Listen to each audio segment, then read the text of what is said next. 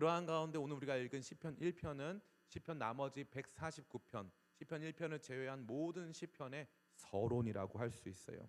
그래서 저는 사실 이 말씀을 1절부터 한 주에 한 절씩 강론을 해야 되겠다, 이 강해를 해야 되겠다라는 충동을 느꼈어요. 근데 그러다 보면 또 지루해 질 수 있으니까 오늘은 이 전체를 하나로 같이 나누려고 하는데, 그만큼 이 시편 1편은 중요합니다. 시편 1편에는 시편에 등장하는 모든 주제가 다 나와요. 대표적으로 어떤 주제가 있죠? 시편에는요, 의인과 악인의 주제가 있어요. 의인과 악인.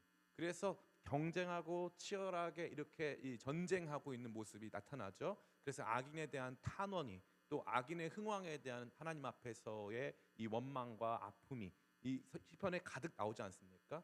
시편 1편부터 의인과 악인에 대한 이야기가 등장합니다. 또 시편에 무슨 얘기 나옵니까? 그렇죠, 복에 대한 이야기가 나오죠. 그래서 1절 보니까 복 있는 사람은 이렇게 되어 있잖아요. 복 있는 사람은, 시편은 복의 책이에요. 복에 대해서 말해주고 있습니다. 그래서 시편 1편은 처음부터 복에 대한 이야기를 하고 있는 것입니다. 뿐만 아니죠. 시편은 또 무슨 책입니까? 말씀의 책이에요. 그래서 율법에 대한 이야기가 아주 많습니다. 시편 119편은 무려 176절에 달하도록 하나님의 말씀에 대해서 이야기해주고 있어요. 하나님 말씀이 시편 전체에 굉장히 중요한 주제가 됩니다. 그래서 오늘 말씀에도 2절에 보니까 오직 여호와의 율법을 즐거워하여 그 율법을 주야로 묵상하는도다, 이렇게 되어 있죠. 주야로 묵상하는도다. 이 율법 이야기가 등장하고 있습니다. 그리고 또 뭐가 등장합니까? 심판이 등장합니다. 심판. 그죠? 5절에 보니까 그러므로 악인은 심판을 견디지 못하며 죄인들이 의인들의 모임에 들지 못하리로다. 그러니까 이 시편 1편은 시편의 나머지 모든 내용들을 압축해가지고 저와 여러분에게 보여주는 그야말로 시편의 서론이다 할 수 있습니다. 그리고 시편 1편만 서론은 아니고 원래 시편 1편과 2편이 시편 전체의 서론이에요. 시편 전체. 그래서 시편 1편도 복 있는 사람으로 시작하잖아요. 그 시편 2편은 그의 아들에게 입맞추는 자는 복이 있도다, 이렇게 끝나요. 그래서 복으로 시작해서 복으로 끝나는 게 시편 1편과 2편이고, 구약 성경의 상당수의 사본들도 시편 1편과 2편을 하나의 시편으로 보고 있습니다. 그러니까 이 시편 1편, 2편 전체가 시편 전체의 서론이라고 할 수 있는 거죠. 이렇게 위대한 이 시편 1편이 저와 여러분에게 주는 메시지는 무엇일까요? 우리 화면이 혹시 준비됐는지 모르겠는데, 첫 번째 같이 한번 읽어볼까요? 시작. 가장 행복한 사람은 기도하는 사람입니다. 아멘. 여기 보니까 가장 행복한 사람은 기도하는 사람이다 라고 되어 있어요. 우리 1절 말씀 같이 한번 읽어보겠습니다. 시작. 복 있는 사람은 악인들의 꾀를 따르지 아니하며 죄인들의 길에 서지 아니하며 오만한 자의 자리에 앉지 않고, 2절 오직 여호와의 율법을 즐거워하여 그의 율법을 주야로 묵상하는도다. 아멘. 여기 보니까 복 있는 사람, 행복한 사람, 이 행복한 사람이 안 하는 게 먼저 등장하죠. 하지 않는 거. 그리고 이 행복한 사람이 하는 게 등장해요. 뭘 안 합니까? 여기 보니까 안 하는 게 있어요. 악인들의 꾀를 따르지 않고 죄인들의 길에 서지 않고 오만한 자의 자리를 앉지 않습니다. 이거는 세 가지는 안 하는 거예요. 근데 하는 게 나와요. 하는 거는 즐거워해서 묵상하는 거예요. 그럼 여기서 동사가 뭐냐? 즐거워하는 것과 묵상하는 거예요. 그럼 즐거워하는 건 마음으로 하는 거고, 실제로 하는 행동은 뭐예요? 묵상, 딱 한 가지예요. 그러니까 복 있는 사람은 뭐 하는 사람? 묵상하는 사람. 복 있는 사람은 기도하는 사람. 그래서 기도하는 사람은 행복자다라는 거예요. 오늘 설교의 제목을 정하면서 행복한 기도자로 할까? 아니면 기도하는 행복자라고 할까 하다가, 시편 전체의 내용으로 봤을 때 이 시편이 보여주고 있는 것은 행복한 기도자가 아니라 기도하는 행복자예요. 그래서 기도하는 사람이 행복한 거예요. 행복한 거.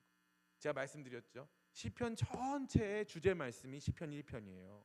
시편 전체, 시편에 등장하는 그 수많은 갈등, 수많은 문제, 수많은 내면의 고통과 아픔, 이 모든 것 속에서 하나님께서 제시하는 행복한 성도, 행복한 신자의 첫 번째 모습은 그는 기도하는 사람이라는 거예요. 기도가 우리 가운데 주신 가장 큰 특권이고, 기도하는 사람이 가장 행복한 성도다라는 것을 말해주고 있는 것이 아닐 수 없는 것입니다. 재밌죠? 여기 앞에 이 사람이 피해야 될 내용들이 있어요. 피해야 될 내용들은 앞서 말씀드린 바와 같이 악인들의 꾀를 따르지 않는 거예요. 이게 참 재밌어요. 악인들은 꾀예요. 꾀. 악은 나쁜 거잖아요. 악한 거잖아요. 그래서 악한 거는 반드시 꾀, 지혜와 관련이 있어요. 그래서 머리를 쓰는 거예요. 그 다음에 죄인들은 뭐예요? 죄는 그 악을 행하는 거잖아요. 그죠? 그래서 이거는 길과 관련이 있어요. 오만은 뭐예요? 오만은 자기가 하나님보다 높다는 사람들이에요. 오만한 사람들. 하나님 필요 없다라고 하는 사람들이에요. 내 인생 내가 알아서 잘 할 수 있다. 하나님 없어도 된다라고 하는 사람들. 그 사람들은 자리와 관련이 있어요. 자리와. 그래서 악인들은 꾀, 죄인들은 길, 오만한 자는 자리와 관련이 있다 이겁니다. 그런데 재미있는 것은 이 행복한 사람들이 이러한 행동과 관련이 없다는 거예요. 우리는 꾀를 내서 행복해지고 싶어요. 남보다 빠른 길로 가서 행복해지고 싶어요. 높은 자리에 올라가서 행복해지고 싶어요. 그런데 성경이 말해주고 있는 것은 이러한 악인들의 꾀, 죄인들의 길, 오만한 자의 자리는 절대 행복을 줄 수 없다는 거예요. 그건 절대 복 있는 사람의 삶의 모습이 아니라는 거죠. 복 있는 사람의 삶의 모습은 그의 행동은 한 가지예요. 주야로 여호와의 율법을 묵상, 다시 말해 기도하는 거예요. 여기 등장하는 이 묵상은 단순히 아침에 일찍 일어나서 명상의 시간을 갖는다던가 소리내지 않고 가만히 있는 것을 말하는 게 아니에요. 이 명상, 이 묵상이라고 일컬어진 이 히브리어 단어 하가는 정말 말 그대로 씨름하듯, 내면에서 씨름하듯 하나님의 말씀을 끊임없이 되뇌이는 거예요. 입을 열어서 되뇌이는 거예요. 이와 같은 모습을 지금도 여러분들 만약에 정통 유태인들을 만나게 되면은 언제든지 볼 수 있어요. 입을 열어서 계속 되뇌이는 거예요. 계속 암송하고 계속 그 말씀을 떠올리는 것이죠. 이와 같은 하나님 말씀이 우리 입에 있어서 그 말씀을 가지고 끊임없이 기도하는 이 사람이야말로 다른 어떠한 행동으로 자신을 행복하게 하고 싶은 사람보다 훨씬 행복한 사람이라고 시편 1편은 신자들의 삶에 위대한 선언을 주고 있는 것입니다. 사랑하는 성도 여러분, 저는 여러분들이 오늘 이 말씀을 통해서 위대한 충격을 얻기를 간절히 축복해요. 우리가 다 왜 삽니까? 밥 먹고 살려고 하죠. 밥만 먹으면 되나요? 밥만 먹고 살려고 하는 사람은 아무도 없어요. 집에다가 메워놓고 여러분 침대에다가 묶어놓고 밥만 주고 산다고 하면 행복하다고 말하는 사람 아무도 없을 거예요. 사람은 움직이고 자기 길을 개척하고 어떠한 자리에 올라서 자기의 권리를 확보할 때 행복감을 누린다고 생각하죠. 그런데 하나님께서는 말씀하시는 거예요. 우리에게 그러한 꾀가 주어지지 않았을 때, 우리에게 그런 길이 열리지 않았을 때, 우리에게 그러한 자리가 보장되지 않았을 때에도 우리는 행복할 수 있다 없다? 있다는 거예요. 행복할 수 있다. 우리 행복자다. 행복한 사람들이다. 언제? 우리가 주야로 그분의 말씀을 통해서 기도할 때, 주야로 주님 앞에 나아가서 묵상하며 기도할 때, 주의 말씀을 내 입술에 내 마음에 두어 끊임없이 씨름하며 기도할 때 우리 행복한 사람들이다. 이 말씀은 저와 여러분으로 말해주고 있는 것입니다. 이것은 마치 뭐와 같습니까? 나무의 모습과 같아요. 나무, 그죠? 왜냐하면은 이 꾀를 내는 거 생각해야 되죠. 그 생각한 걸 가지고 길을 내는 거 행동해야 되죠. 행동해서 그에 대한 보상으로 어떤 자리에 올라가야 되죠. 성취하고 성공의 자리에 올라서야 되잖아요. 그런데 이 가만히 있어서 기도하는 모습은 그야말로 나무와 같아요. 나무. 멈춰 있는 것 같죠. 고통이 찾아와도 뭔가 강하게 대항할 수가 없어요. 뭐 이렇게 내 삶에 추위가 찾아오면 나뭇잎을 다 털어내야 돼요.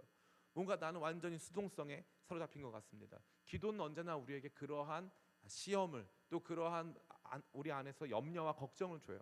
기도한다고 될 거냐? 이럴 수 없다는 거죠. 제가 옛날에 한 코미디 프로그램을 봤는데 거기 보니까 이 아들이 이 깜빵에 갇혀 있는 거예요. 부모님이 면회를 왔어요.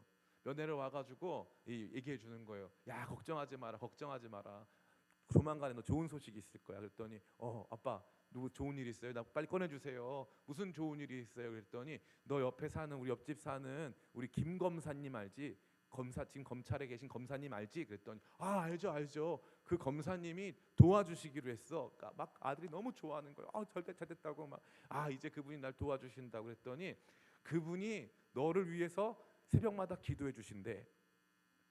그랬더니 이 사람이 너무 절망하는 거예요. 너무 절망하는 거예요.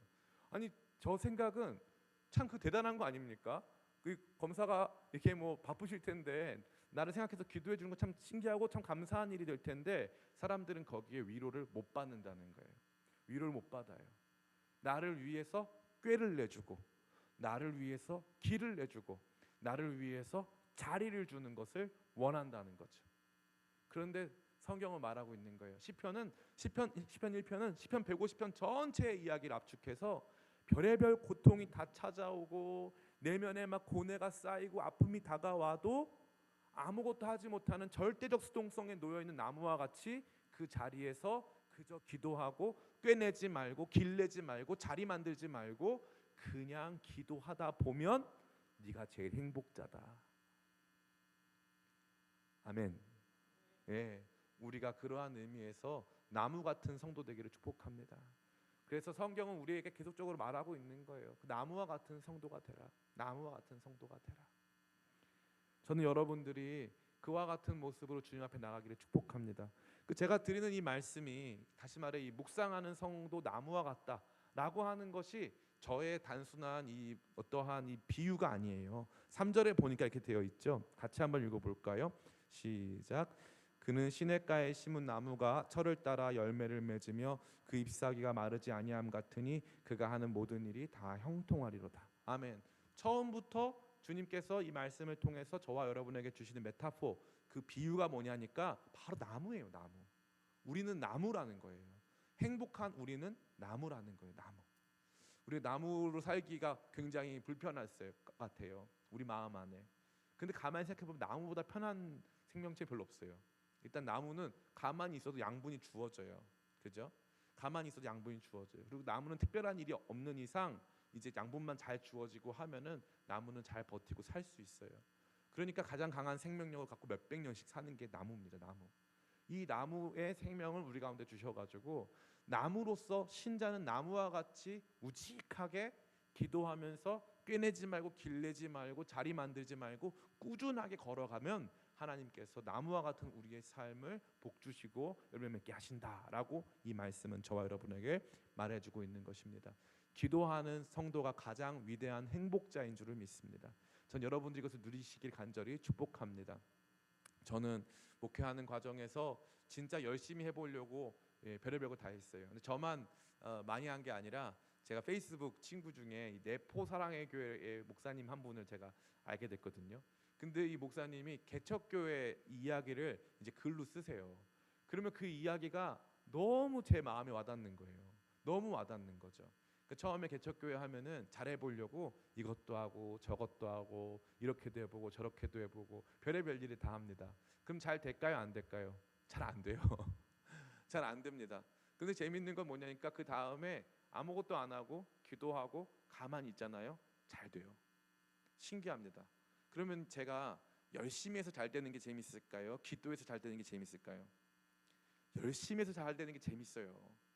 꾀를 내고 길을 내고 자리를 만들어서 하는 게 훨씬 재밌습니다. 근데 하나님께서 저한테 가르쳐 주신 것은 꾀내지 말고 길내지 말고 자리 만들지 말고 그냥 주야로 기도해라. 그러면 내가 그 문제 해결한다. 그래서 하나님과 팀이 돼서 일하는 거예요. 그러니까 행복한 거예요. 하나님의 일하심을 경험하니까. 목사가 돼서 제일 아플 때가 언제냐면 성도님들이 목사님 저 기도해 주세요 하고 내놓는 기도 제목이 사실 너무나 크고 너무너무 아픈 내용들이 많아요. 그럼 제가 뭐라도 좀 도움을 주고 싶어서 가지고 있는 알량한 꾀를 내고 제가 아는 사람 뭐 제가 할 수 있는 역량들을 동원해서 길을 내려고 애를 쓸 때가 있거든요. 그러고 나면 그 성도도 안 행복하고 저도 안 행복해요. 참 재밌는 건 목사는 그냥 주야로 기도하면 그 일이 풀려요. 그래서 하나님께서 일하실 때 목사는 행복해요. 근데 어린 목사는 그걸 몰랐던 거죠. 내가 해야지만 이게 어떠한 이 결과가 나올 때 기쁨이 있다고 생각했어요. 근데 이제 보니까 시간이 지나고 보니까 하나님이 하시나 보다. 예전에는 교회 헌금 통장을 매일 봤어요. 매일. 어떡하나 이번 달에 월세는 나갈 수 있나, 이번 달에 목사님 전도사님들 사례비는 나갈 수 있나, 참 그런 고민을 맨날 했어요. 저희 교회가 1월 달에는 제가 사례비를 거의 못 받을 뻔했어요. 그런데 지금은요 염려 걱정 근심을 안 해요. 이제 시간이 지나니까 기쁨의 교회는 누가 세웠다? 하나님이 세웠다. 동암교회 누가 세우셨다? 하나님이 세우셨다. 그러면은 이 교회들에 대한 걱정과 고민 근심은 하나님께 올려드리고 나는 주야로 묵상한다. 꿰내지 말고. 목사가 성도들 헌금 거들 꿰내면 안 되잖아요. 제가 막 예배 시간에 1월 달에 헌금 없었다 이런 말 하면 안 되잖아요. 하면 안 돼요. 그런 말 하면 안 됩니다. 그래서 그럴 수 없잖아요. 그러니까 꿰내면 안 돼요. 길 내면 안 돼요. 돈 많이 낼 것 같은 성도 찾아가가지고 이런저런 얘기하면 안 돼요. 그건 목사가 할 일이 아니에요. 그런 거 하면 안 돼요. 그 다음에 자리 만들면 안 돼요. 저 자신에게 무슨 권력을 더해가지고 사람들을 쥐락펴락할 만한 그런 자리 만들면 안 돼요. 목사에게 주님께서 원하시는 삶은 나무가 되는 거예요. 나무. 주야로 그냥 묵상하는 거예요. 그 묵상이 주님을 더 알기 위한 묵상을 넘어서서 그 말씀, 율법의 말씀이 내 안에 들어와서 이 율법의 말씀이 나를 통과해서 다시 주님께 고백되어지는 그 기도로 나아가는 거예요.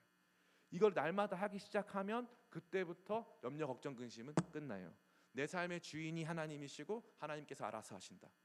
그러니까 마음이 너무 편해져. 그러니까 제 얼굴이 편해졌어요, 안 편해졌어요? 편해졌어요. 제 마음이 진짜 편해요. 진짜 편해요. 행복합니다. 목사님 제 속도 모르시고 행복하셔도 됩니까? 예, 제가 좀 행복하기로 결정했어요. 여러분들 마음이 어떠실지 모르겠지만 제가 행복할 때 여러분도 행복할 줄 믿습니다. 목사가 그런 문제들 가지고 씨름하면서 이거 어떡합니까 저떡합니까 성도들 모아놓고 막 얘기해도 소용없어요. 그냥 우리는 나무예요. 나무. 주야로 기도합니다.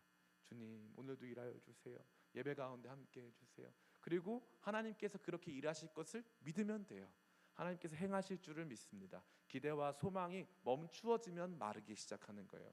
기대와 소망이 멈추어지고 긍정적인 생각이 없어지고 잘 될 거야 이런 생각이 없어지기 시작하면 문제가 생기는 거예요. 하나님 나와 함께 하시는데 왜 내가 그러한 마음을 가져야 하는가? 그런 생각이 드는 거죠. 군대에 26살에 들어갔어요.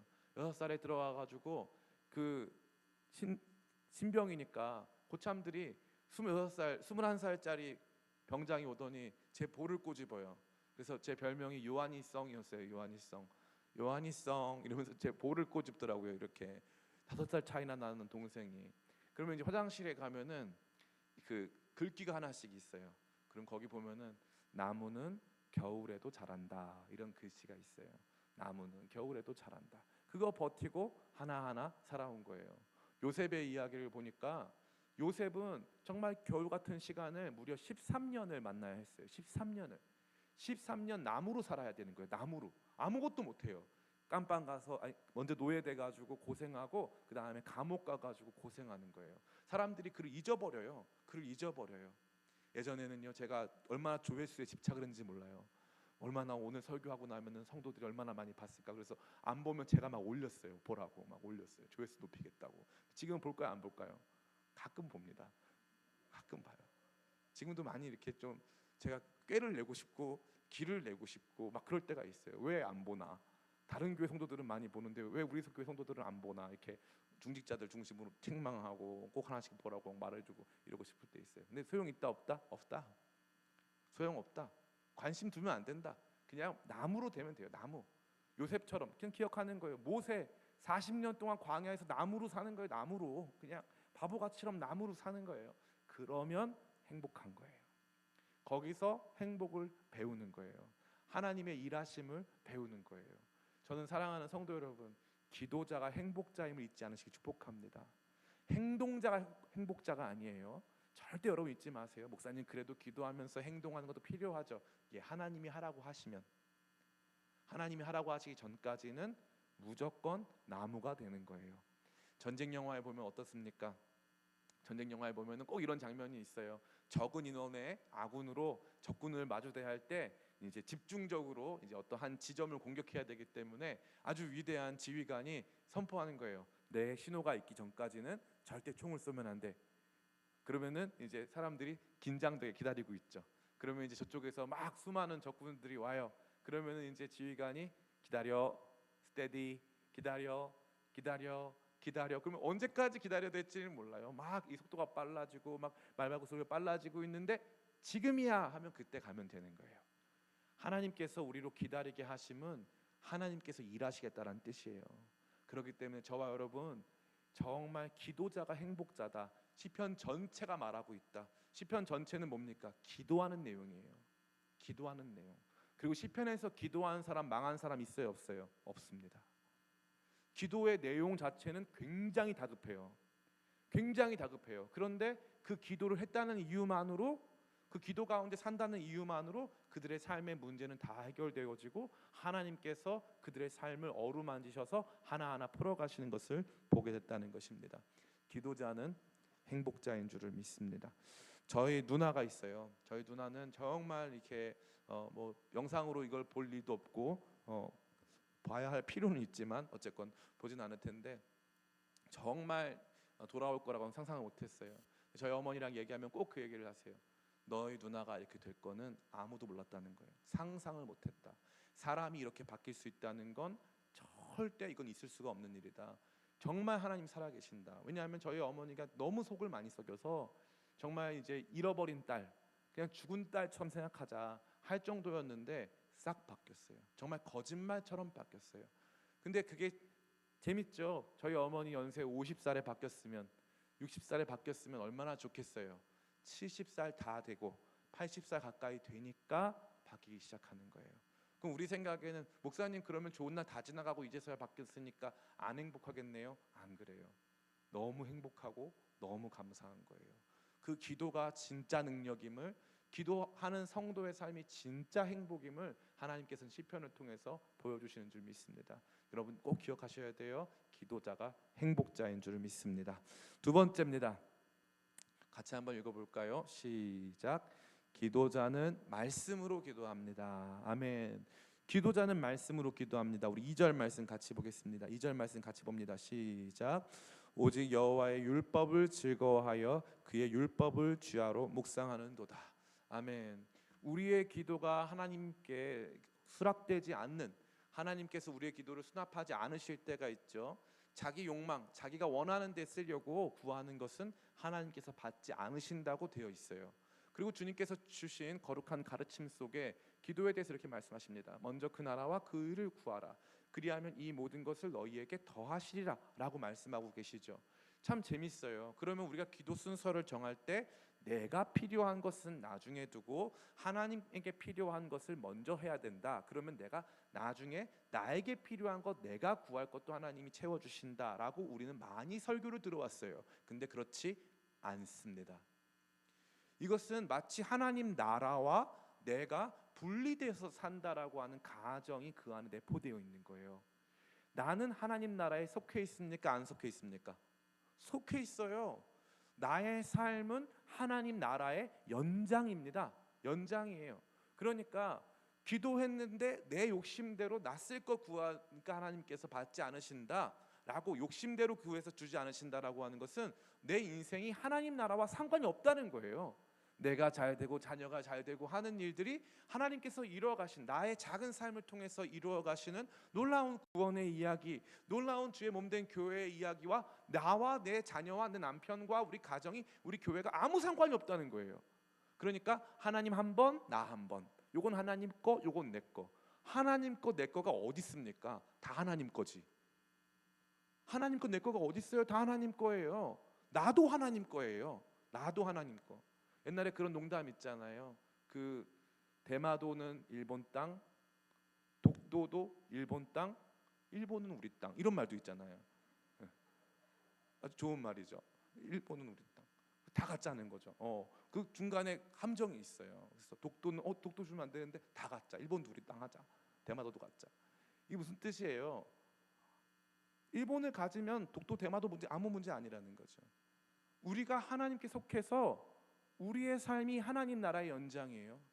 우리가 왕 같은 세상으로 하나님과 함께 왕 노릇하는 거예요. 내가 걸어가면 하나님 나라가 같이 걸어가는 거예요. 내가 위로받을 사람의 삶을 걸어가면 하나님 나라가 같이 들어가는 거예요. 하나님 통치가 같이 들어가는 거예요. 내가 어느 사업장에 들어가면 하나님 통치가 같이 들어가는 거예요. 저는 이거를 너무나도 많이 봤어요. 제가 아는 한 선교사님이 계신데 아프가니스탄에 입국을 하실 때 거기는 이제 국경을 통과합니다. 국경을 통과할 때 여권만 주면 되거든요. 근데 이 선교사님은 꼭 내려요. 내려서 국경 그 수비대 국경 일하시는 분들 다 악수를 합니다. 압살람 알레이쿰 하면서 다 악수를 해요. 다 악수를 한 다음에 안아주고 축복기도 해줘요. 크리스찬인지 다 알아요, 거기 있는 사람들이. 그런데 전혀 아랑곳하지 않아요. 그래서 그분한테 물어봐요. 성사님 왜 그렇게 하세요? 안 위험하세요? 나는 하나님이 이 땅에 보내신 이 땅의 왕이라는 거예요. 내 지위가, 내가 가진 소유물 때문이 아니라 내 사명이 이들을 먹이고 돌보고 안전하게 지키는 이 사람들을 향한 왕 같은 제사장의 사명으로 왔다는 거예요. 그러니까 내가 들어가면 하나님께서 나와 함께 들어가셔서 이 땅을 고치신다는 거예요. 전 너무 놀랐어요. 그 엄청난 자부심, 그 자부심이 더 많은 것을 얻기 위한 것이 아니에요. 내가 들어가면 그 땅이 바뀐다. 내가 가면 사람들의 삶이 달라질 수 있다라고 믿는 거죠. 나같이 작은 인생인데 하나님 나와 함께 하시기로 했잖아요. 하늘과 땅의 모든 권세를 내게 주셨으니, 예수님이 가졌다는 뜻이죠. 내게 주셨으니 그러므로 너희는 가라. 그죠? 가라고 하셨잖아요. 모든 민족으로 제자를 삼으라고 말씀하셨잖아요. 아버지와 아들과 성령의 이름으로 세례를 주라고 말씀하셨잖아요. 하늘과 땅의 모든 권세를 가지신 분이 우리로 가라 하시잖아요. 우리는 그런 존재라는 거죠. 그런 존재예요. 우리는 거기에 서 있는 존재입니다. 우리가 우리의 욕망대로 기도하는 것, 그래서 우리의 삶을 하나님의 뜻이나 하나님 나라와 분리해서 하나님 나라 잘 되는 거랑 나랑 상관없다, 나는 거기에 속한 사람 아니다라고 생각하는 것은 완전히 잘못된 거죠. 그러면 우리 기도가 어때야 하는 거예요? 하나님의 그 나라에 부합한, 하나님의 뜻에 부합한 기도여야 되죠. 하나님의 뜻은 어디에 나타나 있어요? 율법, 즉 말씀에 나와 있잖아요. 말씀에. 그 말씀을 가지고 기도하는 거예요. 앞서 제가 같이 나눴었던 이 데살로니가전서 5장 말씀, 주님 항상 기뻐하라 하셨는데 제 삶이 온전히 기뻐하지 못합니다. 제가 왜 기뻐하지 못하는지, 제 욕망이 어디서부터 잘못되어서 제 욕심이 얼마나 많아서 그런지 모르겠지만 주님 항상 기뻐할 마음 주시옵소서. 말씀이 계속 내 안에 메아리치듯 울려 퍼지면서 말씀으로 기도하기 시작하는 거예요. 여러분, 이 말씀으로 한번 기도하기 시작하면은 내가 만들어서 하는 기도 제목으로는 기도를 잘 못해요. 말씀으로 한번 기도하기 시작해. 내가 만들어서 하는 기도 제목 이런 거죠. 우리 남편 뭐 잘 되게 해주시고, 그 인간, 그 형제님 참 평상시에 말 안 듣지만 정말 하나님 말씀 잘 듣게 해주시고 하다 보면 몇 분 못 가요. 몇 분 못 가요. 내가 너를 지명하였다 하셨사오니 주의 지명하심이 있는, 주의 부르심이 있는 아들이오니 주님 찾아가서 위로하여 주시옵소서 하면서 말씀이 그 안에서 역사하면서 내 안에 진짜 원하는 것이 하나님이 원하시는 것과 같아지는 거예요. 같아지는 거예요. 그 경험이 있어야 되는 거예요. 말씀이 들어와서 말씀이 내 안에서 뜨겁게 나를 새로운 기도의 방향으로 나가게 하는 것을 경험하는 것입니다. 그래서 2절 말씀에 오직 여호와의 율법을 즐거워하여 그 율법을 주야로, 그 율법을 그냥 주야는 낮에 한 번, 밤에 한 번이 아니죠. 주야는요 아침 저녁으로 돼 있어서 항상을 의미하는 거예요. 항상 그 말씀이 내 안에서 계속 움직이면서 그 말씀 안에서 기도하게 된다는 거예요. 말씀 안에서 기도하게 되는 거죠. 저는 이게 너무나도 제 삶 속에 와닿는 거예요. 기도 시간에 1시간 기도 뜨겁게 하는 거는요, 여러분이 가지고 온 제목으로 가능해요. 그런데 걸어다니면서 계속 기도하는 건요, 그 제목으로는 안 돼요. 그 주간에 그날 받은 말씀이 내 안에서 계속 움직이면 1시간이 됐건 2시간이 됐건 계속 그 말씀 안에 머물면서 계속 기도하게 되는 줄을 믿습니다.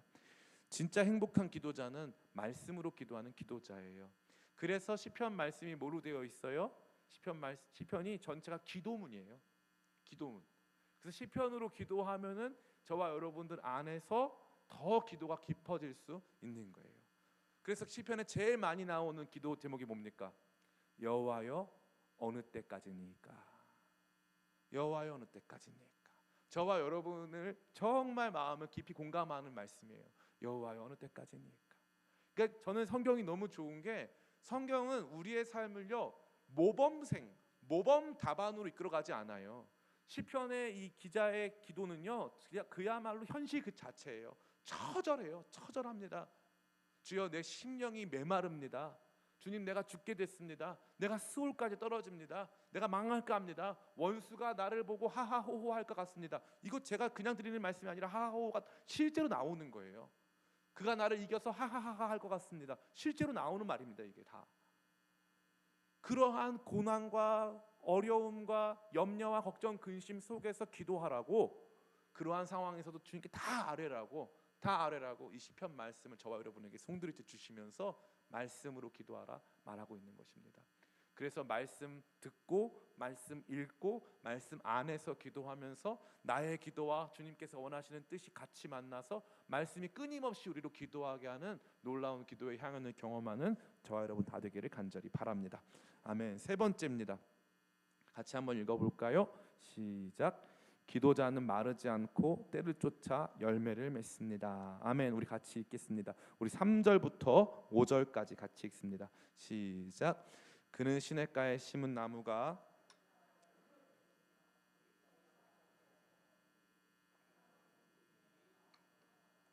악인들은 그렇지 아니하며 오직 바람에 나는 겨와 같도다. 그러므로 악인들은 심판을 견디지 못하며 죄인들이 의인들의 모임에 들지 못하리로다. 아멘. 여기 보니까 이 말씀은 단순히 그냥 너는 시냇가에 심은 나무다 하고 끝나는 게 아니에요. 시냇가에 심은 나무와 바람에 나는 겨를 비교하고 있어요. 악인, 즉 하나님이 없는 사람들, 하나님이 없이 살아가는 사람들, 그래서 자신의 꾀를 의지하고 자신이 만드는 세상의 방법을 의지하고 사람들이 생각하는 높고 위대한 자리에 올라서 다른 사람 통제하려고 하는 이 오만한 자의 자리를 비전으로 삼고 살아가는 그 사람들은 바람에 나는 겨다예요. 겨와 잎은 많이 달라요. 잎은 나무에서 나와요. 겨는 어디서 나옵니까? 겨는 곡물에서 나옵니다. 곡물에서. 뿌리가 다르죠. 그래서 이 곡식을 맺는 이 풀들은 다 1년 되면 그 다음에는 없어집니다. 없어지는 거예요.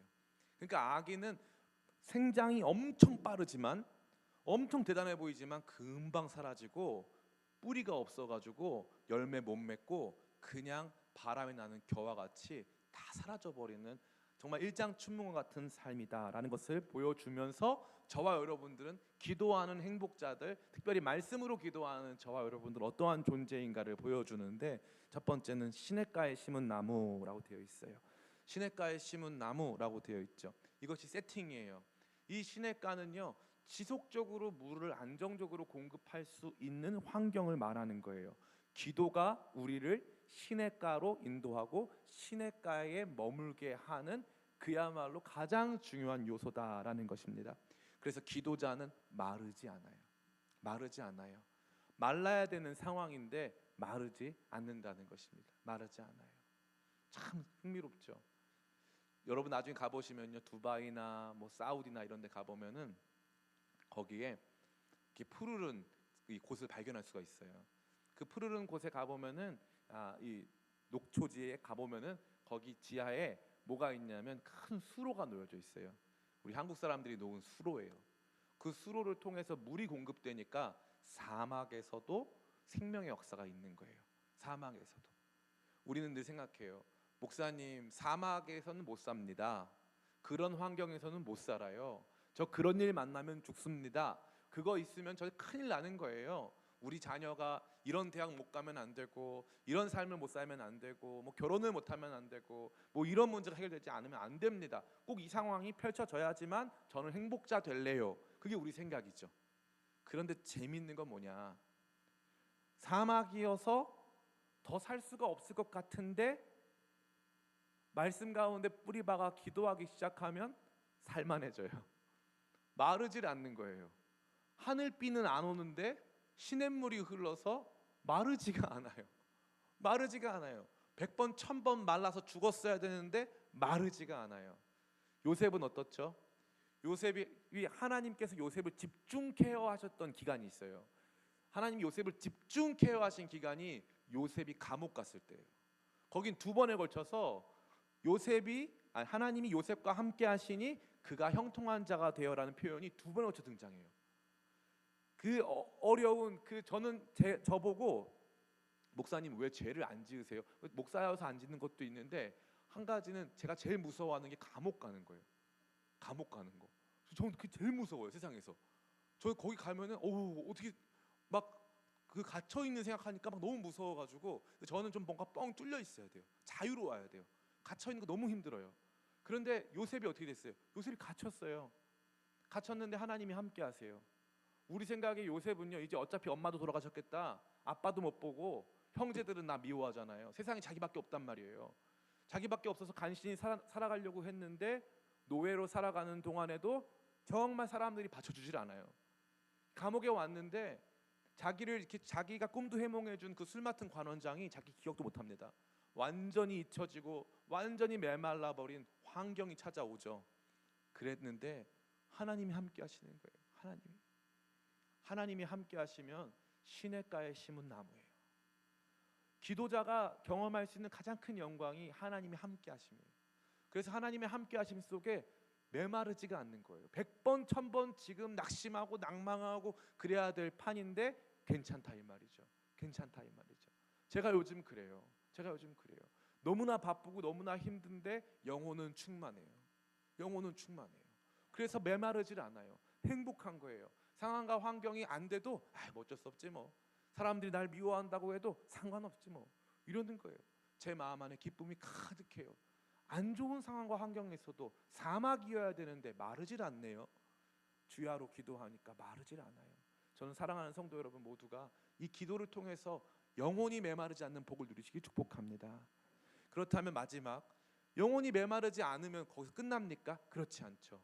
나무는요 열매를 맺게 되어 있어요. 열매를 맺습니다. 특별히 시냇가에 있는 이 나무들은 대부분 그 당시에는 다 과실수를 맺어요. 포도나무가 됐건 올리브나무가 됐건 뭐 무화과나무가 됐건 다 과실이 맺혀지는 그러한 종류의 나무가 거기 심겨집니다. 근데 재밌는 건 뭐라고 되어 있어요? 열매를 맺는다 그랬어요? 철을 따라 맺는다 그랬어요? 철을 따라. 열매가 맺혀져야 하는 시점이 도래하면 반드시 열매가 맺혀진다 이거죠. 나의 시간표대로 되는 게 아니에요. 열매 빨리 맺어야지 한다고 되는 거 아닙니다. 하나님께서 원하시는 때에, 주님의 때에, 주님의 방법으로 주님의 뜻이 이루어지는 거예요. 그러니까 이 때를 기다릴 줄 알게 되는 거죠. 기도함으로 메마르질 않으니까 내 마음이 막 급하지 않은 거예요. 때로는 이 나무에 열매를 맺게 할 때 물을 좀 안 주기도 하거든요. 그럼 나무가 좀 급해가지고 열매를 맺기도 해요. 그런데 지금 이 상황에서는 그때에 딱 맞는 열매를 맺을 수 있는 거예요. 왜 그렇습니까? 기도자는 날마다 주께서 주시는 자양분으로 충분하거든요. 그러니까 그때가 되면은 열매가 맺혀지는 거예요.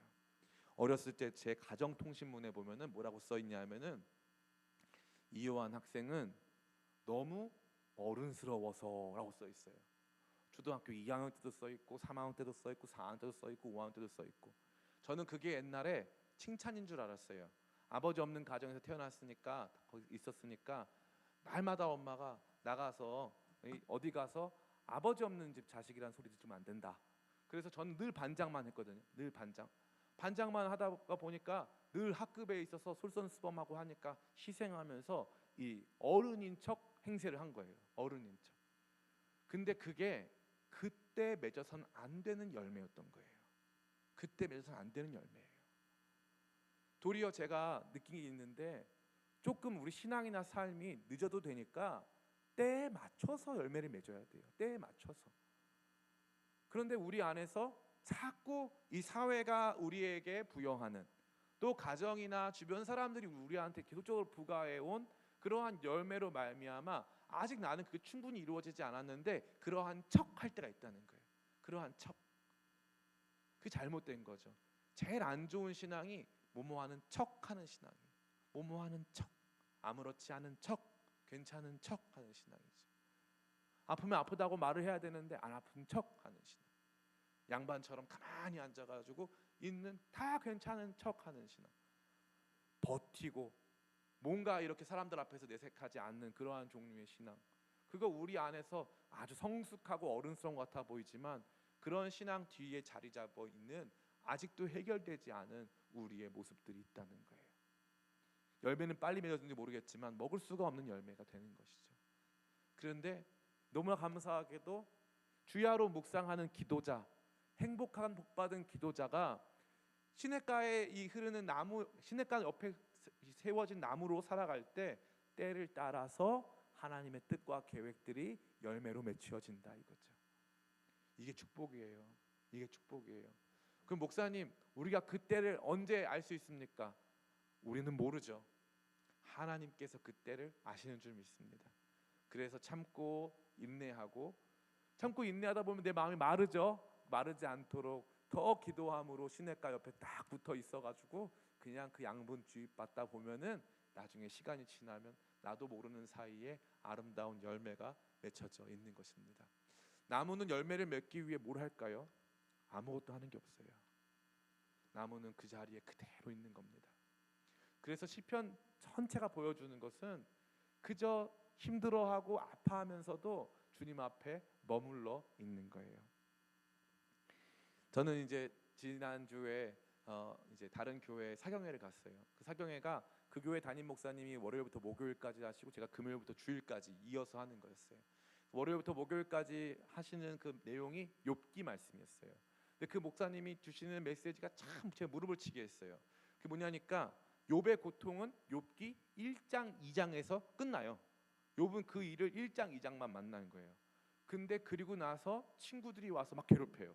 네가 오죽 죄가 많으면은 이런 일이 너한테 발생했겠냐. 욥은 너무 억울한 거예요. 욥은 막 억울하고 막 자기가 너무 괴로워가지고 하나님 앞에 내가 태어난 날을 막 저주합니다. 막 그러면서 이제 할 말 못할 말 하면서 막 쏟아내죠. 근데 이 목사님 그 말 하더라고요. 욥이 별의별 말을 다 하는데 욥이 위대한 게 딱 한 가지가 있다 이거예요. 그게 그런 순간에도 하나님 앞에서 쏟아놓더라. 하나님 앞을 떠난 적이 없는 거예요. 하나님 이게 뭡니까? 너무 고통스럽습니다. 막 이런 사람들이 와가지고 너 죄가 많아서 그런다고 해도 욥은 하나님 앞에 머물러 있는 거죠. 제가 뭐라고 말씀드렸습니까? 시편은요 저와 여러분에게 나무가 되라는 거예요. 나무가 되라. 하나님 앞에 심기워서 떠나지 말아라. 기도로 자양분 물을 빨아먹어라. 그러면서 그 나무로 있다 보면 열매가 맺히고 또 잎이 난다. 아기는 그렇지 않다. 아기는 바람이 나는 겨와 같다. 뿌리가 없다. 금방 사라진다. 우리가 영원하다. 우리의 삶이 복된 거다. 우리가 행복자다. 그러니까 주야로 묵상함으로 여기 유일하게 나와서 우리에게 하라고 명령하신 딱 한 가지예요. 주야로 묵상하는 거, 기도하는 거. 기도함으로 시냇가에 뿌리 박아 그곳에서 자양분을 먹고 거기서 때를 쫓아 열매를 맺는 삶을 살라 주께서 말씀하신 줄 믿습니다. 이제 말씀 마칩니다. 긴 말씀 나누었습니다. 사랑하는 성도 여러분, 이 시편 말씀이 저와 여러분 새봄을 맞이하는 저와 여러분에게 나무를 바라보며 지혜를 얻게 하는데요. 버티라 말씀하십니다. 지금은 앙상해 보이는 그 가지에 잎이 나고 꽃이 피고 열매가 날 때가 곧 온다 말씀하십니다. 주야로 그 말씀에 뿌리 박아 주님의 생명수에 뿌리 박아 살아갈 수 있도록 주야로 기도하면서 하나님의 때를 기다리며 나무로 살 것을, 그래서 나무로 살아갈 때 누릴 수 있는 행복을 누릴 것을 주께서 오늘 이 말씀으로 저와 여러분에게 도전하시는 줄 믿습니다. 그 말씀 마음에 붙잡고 이제 시작되는 이 새 봄에 기도로 행복한 삶을 누리는 저와 여러분 다 되시기를 예수님의 이름으로 축원합니다.